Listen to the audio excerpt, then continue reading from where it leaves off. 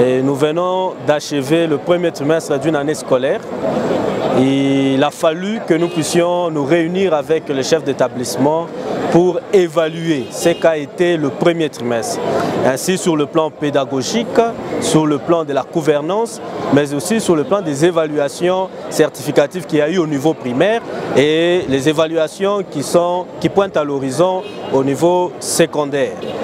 Et au-delà de ça, comme vous le savez, nous avons une mission primordiale, que nous devons aussi évaluer l'impact de cette mission ou de toutes les activités que nous avons eu à mener dans ces premiers trimestres, notamment la mission sur la gratuité de l'enseignement primaire, mais aussi la lutte contre les antivaleurs.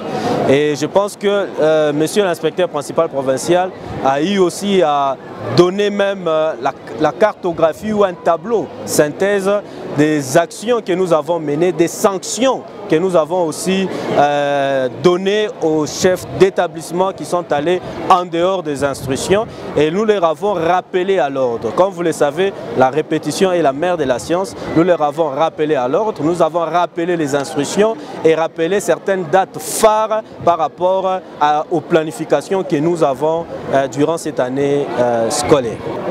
Au-delà des activités pédagogiques, nous sommes apaisantis sur les évaluations qui ont commencé par certaines activités d'enrôlement, la cartographie de centre et aujourd'hui nous sommes dans la phase de la capture. Nous avons rappelé au chef d'établissement que la province du Haut-Katanga n'a jamais été la dernière province. La province du Haut-Katanga a toujours été la première province. Mais nous sommes au mois de janvier. La province du Haut-Katanga est encore en train de s'agiter, de tourner autour de l'enregistrement, autour de l'inscription des candidats au rôle de l'examen d'État. Et pourtant, dans la plupart des provinces, c'est une étape déjà dépassée.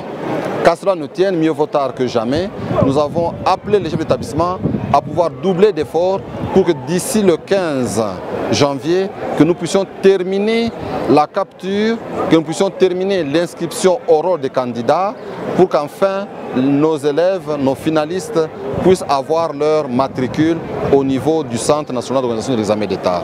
Et nous devons garder notre rang en tant que province pilote. Et on a insisté sur les activités pédagogiques, comme le président l'a dit, et sur les bulletins constituent une norme nationale et que les élèves, les parents n'ont pas encore compris que les bulletins viennent de Kinshasa. Ce sont des normes qu'il faut absolument respecter. Une commission va descendre dans les écoles pour pouvoir vérifier qui a les bulletins et qui n'a pas de bulletins. Parce que ça ne sert à rien d'enseigner si l'enfant n'a pas de bulletins. Il faudra qu'à la fin de l'année, que chaque élève puisse avoir son bulletin scolaire.